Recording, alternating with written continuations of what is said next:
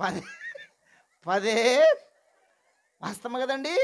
నువ్వు యేసుప్రభు నమ్ముకున్నావు, బొట్టు తీసేసినావు, గాజులు తీసేసినావు, శుక్రవారం ఉపవాసం ఉంటున్నావు, ఆదివారం నాడు చర్చికి వస్తున్నావు, కష్టం వచ్చినప్పుడు ఎక్కెక్కి ఏడుస్తున్నావు, నీ కష్టాజీతాన్ని ప్రభు పరిచర్యకిస్తున్నాము.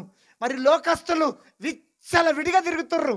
ఏం తినాలంటే అది తింటుండ్రు, ఏం తాగాలంటే అది తాగుతుర్రు, ఏమి చూడాలంటే అది చూస్తుర్రు, ఏది పట్టుకోవాలంటే అది పట్టుకుంటుర్రు. ఒక్క మాటతో చెప్పాలంటే ఆడిందే ఆట పాడిందే వాళ్ళు చేస్తారు. వాళ్ళ గుండెకు గ్యారెంటీ లేదు, నువ్వు చేస్తావు, నీ గుండెకు గ్యారెంటీ లేదు. వాళ్ళకు నీకు తేడేంది? కానీ అందరి గుండెకు గ్యారెంటీ లేదు. కానీ రక్షణ పొందుకున్న వాళ్ళ గుండెకు గ్యారెంటీ ఉంది. మన గుండెకు గ్యారెంటీ ఉంది. ఉందా లేదా? మన దేవుడు చనిపోయి తిరిగి లేచిండా లేదా? మనము రాకట్ల తిరిగి లేస్తామా లేమా? నా విమోచకుడు సజీవుడు. మన దేవుడు సజీవుడా సచ్చినవాడా? చెప్పండి అమ్మా. మన గుండెకు గ్యారెంటీ ఉంది, అందరి గుండెకు కాదు. కొంతమంది ఉంటారు నామకార్థులు, పండగ క్రైస్తవుల గుండెకు గ్యారెంటీ లేదు. క్రిస్మస్ పండుగ వచ్చిందంటే చాలు ఇంటి శుద్ధి, వంటి శుద్ధి, పంటి శుద్ధి.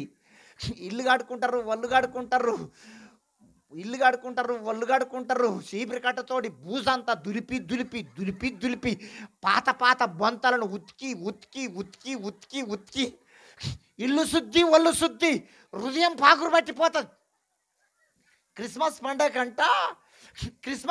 కంట ఇల్లేమో తల మెరిసిపోతుందంట, హృదయాలేమో మురికి గుడ్డల్లాగుంటాయంట. హృదయాలు అసంటోళ్ళ గుండెకు గ్యారెంటీ లేదు.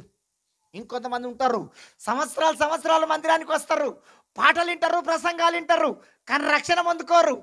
పాస్టర్ గారు చూసి అడుగుతాడు, ఏమమ్మా సంవత్సరం మందిరాన్ని రాబట్టి ఇంకెప్పుడు రక్షణ తీసుకుంటామంటే ఏమంటది?